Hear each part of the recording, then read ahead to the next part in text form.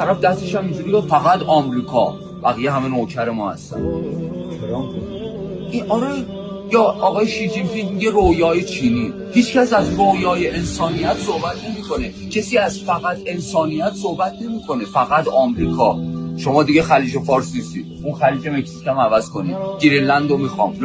این کیه؟ یه بچه ننه است که فقط یه اسلحه بهش دادن، اصلا نمیدونه چی کار بکنه. این آدم مزلف هموطنی عزیزم. ولی ایران کجاست؟ ایران سرزمین عاطفه است. سرزمینیه که میگه بنی آدم اعضای یکدیگرن، نژاد تو به رخ دیگران نکش. بنی آدم اعضای یکدیگرن. چرا داشته های ما رو میگن تو ایران BBC و ایران اینترنشنال؟ فقط چیزا هرچی هم که داریم میزنن تو سرش. درسته منو نشون میدن، ولی اونا نمیدونن اصلا